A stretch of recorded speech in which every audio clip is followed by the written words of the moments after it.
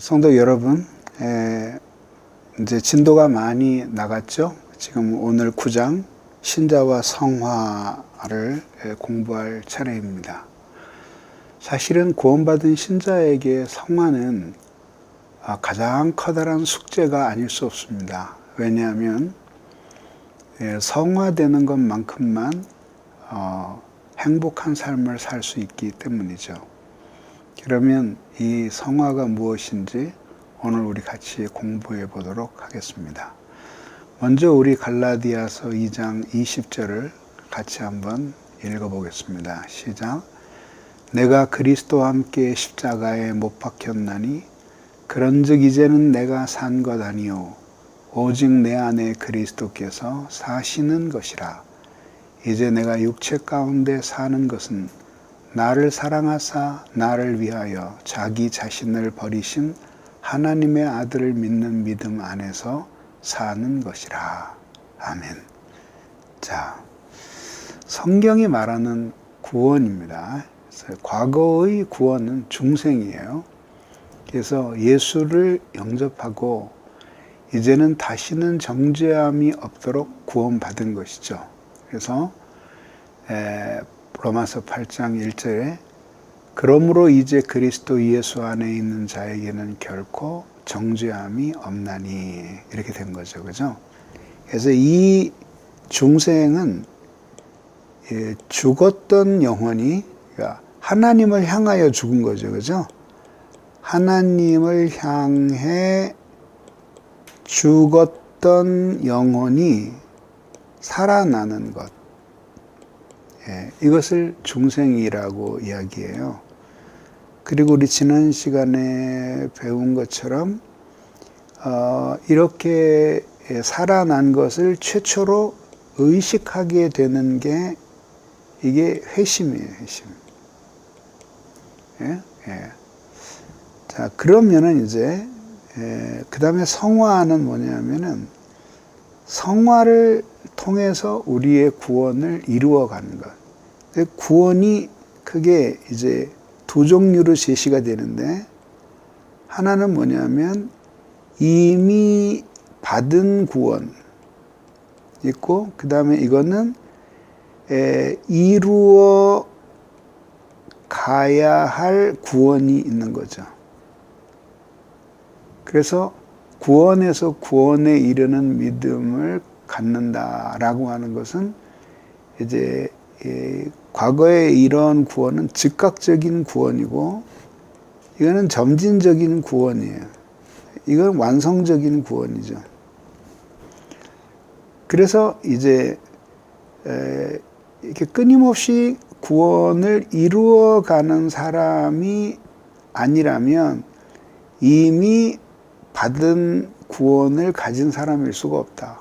이게 동전의 양면과 같아서 중생하고 회심한 사람은 현재적으로 성화를 이루어가는 사람이다. 그래서 이제 빌립보서 2장 12절에 더욱 항상 복종하여 두렵고 떨림으로 너희 구원을 이루라. 이게 마치 이제 아직 안 이루어진 것처럼 이야기하잖아요. 근데 이게 구원의 성화적 측면을 얘기하는 거라 이거죠. 그 다음에 이제 영화는 미래의 구원이에요. 하나님께서 썩을 몸을 변화시켜서 영화롭게 하시는 것. 그죠? 그래서 죽은 자들 가운데 다시 살리신 그 아들이 하늘로부터 강림하심을 기다린다고 말하니 이는 장래 노하심에서 우리를 건지시는 예수시니라. 그래서 우리의 몸이 완전하게 변화가 된다는 거. 이런 상태에서 우리들이 이제 천국에 들어가게 되는 것을 가리키는 거죠. 자, 그 다음, 그러면 이제 성화가 왜 필요할까? 그죠? 그래서 우리에게는 이제 크게 두 가지 죄가 있죠. 원죄와 그 다음에 이제 자범죄가 있죠. 그죠?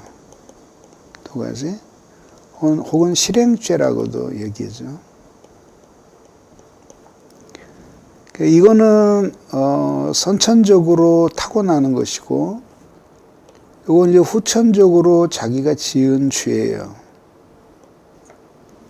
근데 이제 성화의 필요성은 뭐냐면은 이제 죄를 졌잖아요. 그럼 죄를 졌으면은 죄에 대한 죄책이 따르게 돼요. 이건 뭐냐면 사법적 책임이에요. 죄를 졌으면은 책임을 져야 되잖아요. 그죠? 예. 근데 이거는 칭의를 통해서 해결이 되는 거죠. 즉각적인 구원이에요. 근데 이제 죄책과 함께 또 우리 안에는 오염을 가지고 있어요. 오염. 더럽게 타락한 성격이 있는 거죠. 이거는 뭐냐면 사법적 책임이라기보다는 이거는 실질적 상태예요. 실질적인 상태가 오염되어 있어요.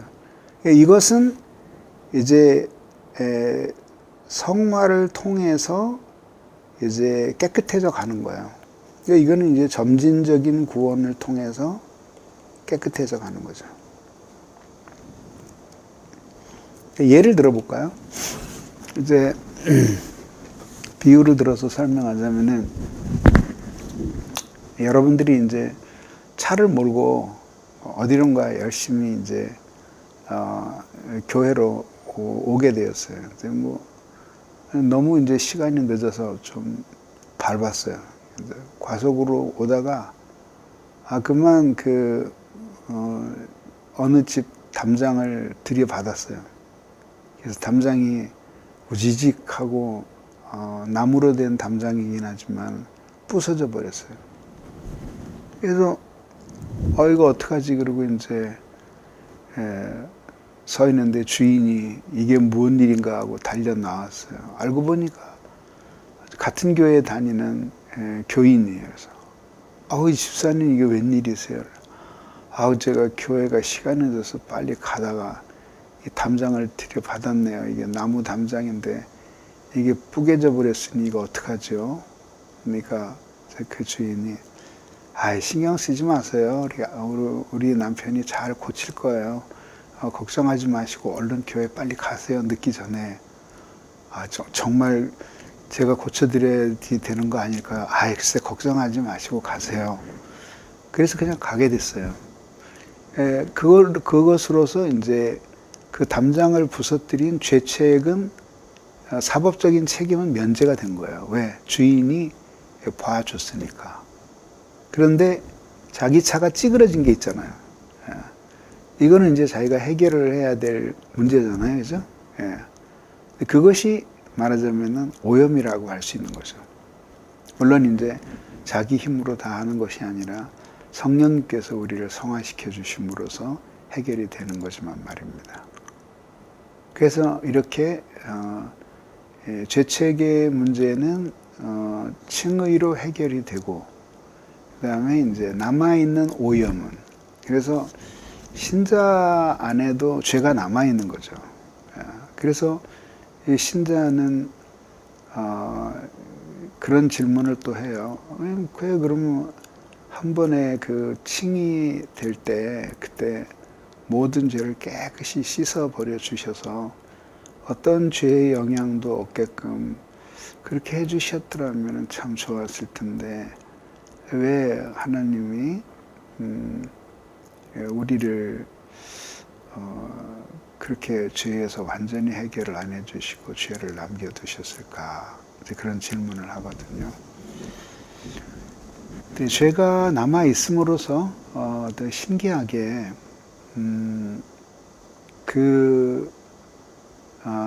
죄가 남아 있기 때문에 오히려 그 거룩하게 살기 위해서 분투하게 되고, 또 그게 자기 힘으로 잘 안 되기 때문에 하나님을 의지하는 마음을 갖게 됩니다. 그래서 신기하게 하나님이 죄는 나쁜 것이지만 나쁜 것을 사용하셔서 더 우리가 하나님을 더 의지하고 하나님의 그 구원의 은혜가 얼마나 큰지를 실감하도록 매 순간 도우시는 주님의 은혜 없이는 살 수 없다는 것을 깨닫도록 그렇게 만들어 주시는 것이죠. 자, 그 다음에 우리 그러면 성화가 무엇인가, 그죠? 성화가 무엇인가? 그래서 이제 그 그림에 보면은 이제 성부 하나님이 계시고 성자 예수께서 십자가에 못 박혀 죽으시고 그 다음에 이제 성령님이 그 구원을 우리 각 사람의 마음에 적용하실 때 우리가 구원받은 신자가 되는 거죠. 이 사람이 지금 그런 상태죠, 그죠? 그래서 성화가 무엇인가에 대해서 우리 한번 같이 정의를 이런 것들은 꼭 외우고 계셔야 돼요. 같이 한번 읽어보겠습니다. 시작. 성화란 성령께서 구원받은 죄인을 죄의 부패에서 깨끗하게 하시며 그의 전 본성을 하나님의 형상으로 갱신하여 죄인으로 하여금 선한 일을 할 수 있게 하시는 성령님의 은혜롭고 계속적인 작용이다. 그래서 눈길을 끄는 게 뭐예요? 이런 거죠. 구원받은 죄인을, 그러니까 성화란 구원받은 사람에게 해당되는 것이다. 또 두 번째, 죄의 부패가 그들에게 남아있다. 근데 그걸 깨끗하게 하시고 그의 전 본성을 하나님의 형상으로 갱신하여 선하게 살아갈 수 있게 하시는 성령님의 은혜롭고 계속적인 작용이다. 자, 성화와 거룩이라 그러는데 이건 좀 틀렸고요. 거룩함이라고 그래야지 맞습니다. 이 거룩은 형용사예요, 형용사. 거룩함 이렇게 해야지 됩니다. 자, 그러면 이제 그 거룩함의 본질이 무엇이냐, 하나님의 거룩함의 본질이 무엇이냐 이거죠. 그래서 뭐냐면 하나님의 거룩하심은 존재적인 초월성이에요. 그래서 그게 무슨 뜻이냐면은 이렇게 모든 만물이 있잖아요. 여기 인간을 비롯해서 뭐 개, 돼지 같은 짐승도 있을 수 있고, 그 다음에 뭐 산도 있을 수 있고, 그 다음에 뭐 나무도 있을 수 있고, 뭐 벌레들도 있을 수 있고, 뭐 별난 것들이 다 있잖아요. 근데 이런 모든 존재를 하나님은 이 존재와 비교할 수 없이 초월해 계신 분이시다. 이런 것을 아무리 많이 합쳐도 하나님과 같아질 수는 없다. 이게 하나님의 존재적인 초월성이에요. 그래서 인간이 이제 여기에서 하나님의 이걸 깨달아요. 이렇게 하나님이 얼마나 존재에 있어서 초월하신 분인가 하는 것을 깨달을 때, 그때의 존재의 유한함과 미약함을 자각하게 됩니다. 그렇게 자신이 유한하고 미약하다는 것을 깊이 자각하게 되는 거죠. 그때 어떤 마음이 생기냐면은 아주 하나님을 향한 그 겸비함과 그 다음에 의존의 마음이 생겨나는 거예요. 또 하나는 뭐냐면 도덕적 완전성이에요. 예를 들자면 하나님에게도 여기 인간이 있는데 모두 의가 있단 말이죠. 의가. 근데 이 하나님이 얼마나 의로우신 분인지를 깨닫고 나면 사실은 우리의 의가 아무것도 아니라고 하는 사실을 깨달아요. 그때가 무의미하거나 가치가 없다 그것이 아니라 하나님의 의와 비교할 수 없다는 걸 깨닫게 되죠.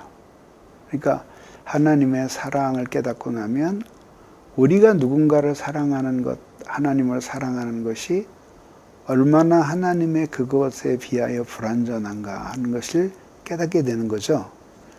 그때 자신이 얼마나 비참하고 죄인인가 하는 걸 깨닫게 되는 거죠.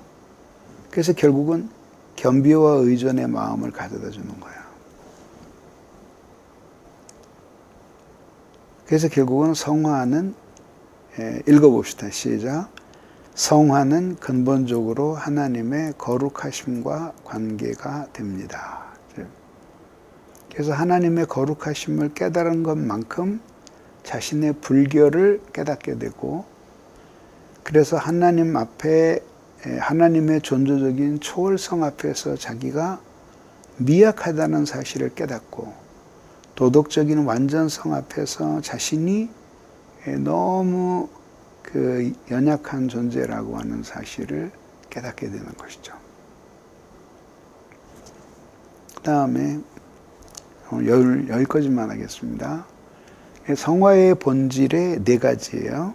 자, 첫째, 성화는 하나님의 초자연적이고 영적인 역사예요. 예, 자기 자신이 갈고 닦는 수양과는 달라요. 예, 성화는 하나님의 초자연적이고 영적인 역사입니다. 둘째, 성화는 옛사람을 죽이는 것과 새 사람을 살리는 것, 살게 하는 것, 혹은 살리는 것으로 이루어집니다. 그래서 옛사람이라는 건 뭐냐면 하나님 없이 살아가던 옛 본성이에요. 새 사람은 뭐냐면 하나님 사랑하며 살아가려고 하는 새 본성이에요. 이 2가지가 한 사람 마음 안에서 끊임없이 투쟁하거든요. 그래서 옛사람을 죽이는 것을 가리켜서 우리들은 죄죽임이라고 말하고, 새 사람을 살리는 것, 이것을 가리켜서 우리는 은혜살림이라고 말해요. 그래서 옛사람, 옛본성 혹은 죄를 죽이는 것만큼 새 본성이 살아나는 것이죠. 그래서 이제 2가지를 잘해야 되는데 옛사람을 죽이는 것, 새 사람을 살리는 것. 그래서 은혜를 받고 계속 그 은혜 안에 살면서 믿음으로 일하고 이렇게 살아가는 것을 가리키는 거죠. 셋째로, 성화는 인간의 전 인격에 영향을 줍니다. 성화는 인간의 전 인격에 영향을 줍니다. 그러니까 감정이나 혹은 지성이나 의지에 어느 한 군데만 주는 게 아니라 모두에게 영향을 주어서 결국 인간의 모든 전 본성이 거룩하게 변화되어 가는 것, 그거죠. 넷째는 성화는 하나님이 단독으로 사역하시는 것이 아니라 인간이 함께 협력하는 사역이다.